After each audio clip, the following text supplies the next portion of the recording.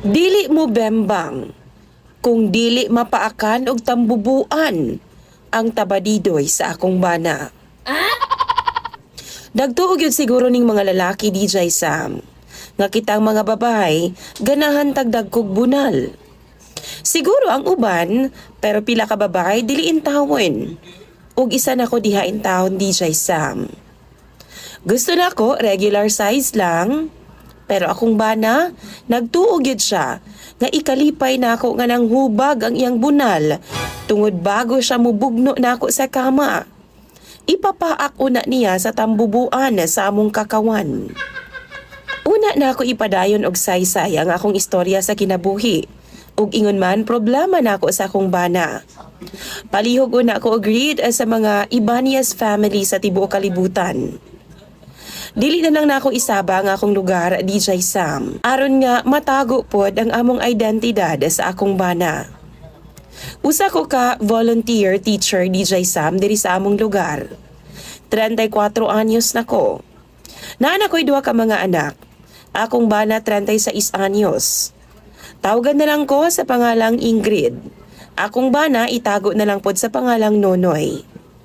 Kabaw ko dili mo tuo ang uban, pero uyab mi ni Nonoy no, upat gud ka tuig. Pero wa gyud mi nag-ana-ana sama sa uban. Kana tungod kay ginaampingan jud nako ang akong pagkababae, DJ Sam.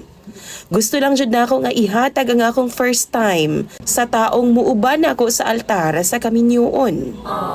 Diyang nagpakasal naming duha ni Nonoy. Excited kay ko, DJ Sam, nga buhaton na namo ang gimbuhaton sa mga minyo na. Pero wa siya igana. Kailain daw ang iyang lawas ni atong tungura. First night namo to ha. Mag-rest lang sa daw siya, DJ Sam, og ni Saad nga pukawon lang daw ko niya kung ma-okay na siya. Pero nagbuntag na lang, DJ Sam. Wa, may namukaw na ako. Hinuon pagmata na ako na wa na si Nonoy sa akong tapad. Bandang 6:30 sa morning, DJ Sam. Niabot na si Nonoy. Nagpungko siya sa daplin. Unya kay mauwaw palagi ko kaniadto, gipasagda na lang nako siya ug nipadayon na lang kog sulod sa CR, DJ Sam, aron maligo. Pagawas nako, misunod pud siya ligo. Pero na ako'y napansin nga mura bitaw gisakitan siya, DJ Sam. Unya sige siya hapuhap sa iyang ari. Nagtuo lang pud ko nga base nagahian na di ito siya. Gaantos na lang. Gipangutanan ako siya, DJ Sam. Okay ra ka? Tubag po siya nga okay raman daw siya. Nipadayon na lang pod kog sulod ug nag-ilis ko sa kwarto. Taod-taod ni sunod pod siya, DJ Sam, ug perte gid yang igat-igat sa ako . Pero modalikyat gid siya hapuhap sa iyang tabadidoy. Nakulbaan na hinuon ko, DJ Sam. Kay mao na gyud ni ang akong giingon. Mao na gid ang time nga magtinilaway ming duha sa usag-usa. Tuod man giromansa ko pag-ayo ni Nonoy, DJ Sam. Diyang naghubo na siya sa akong atubangan, natingala ko. Kay murag dako man kaayo ang iya, ha? Tapos ni bukad bitaw? What? Kanang mura siyag ulo sa kubra ba? Tapos dili pantay ang iyang gidakpon. Basta di na ko ma-explain. Pero murag lahi ra jud kaysa ordinary. Pero dako gid siya nga pula-pula, DJ Sam. Pution man po noon si Nonoy. Ug sa dihang gi-action na nako gunit, DJ Sam, nilikay siya. Kabaw ka, makita jud nako nga medyo gapingit siya. Pero abi lang pud nako giganahan na siya pag-ayo. Gipasagda na lang pud nako. Ug pagkaugma, DJ Sam, gikalintura si Nonoy. Pila na pud kasi mana na sundan ang among ana-ana. Sunod nga gibuhat namo tong butanga, same gihapon ang senaryo. Kalinturahon gid siya after few hours, DJ Sam, sa among bugno. Una-huna gud nako no, basin allergic siya og ana-ana. Ang kuna nako, DJ Sam, nagduda ko sa akong bana nga bayot siya. Kay tagsaraman kaayo mi gabembang. Basin tuod ginaantos ra ko niya, DJ Sam. Tapos kausara pud na mahitabo. Dili na masundan pa og second round.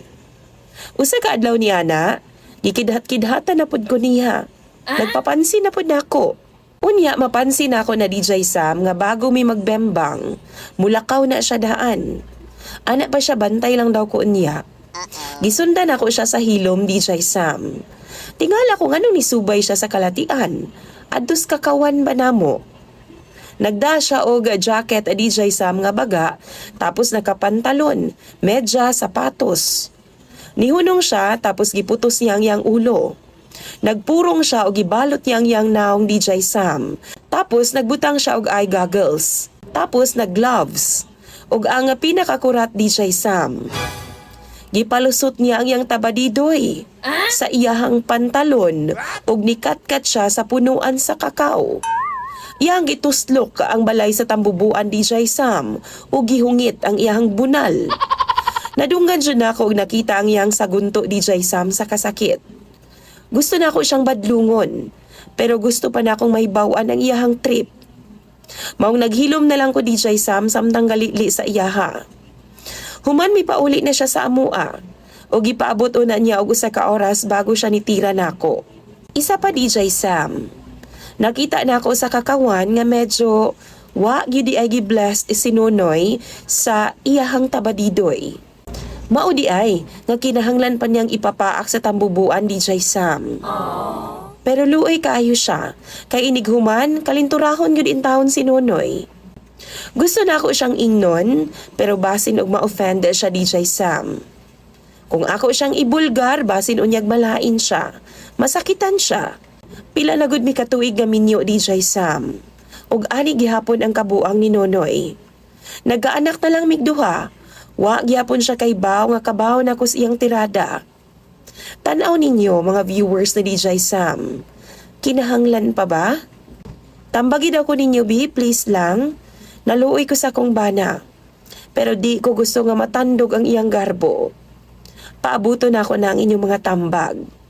Imong sender, Ingrid.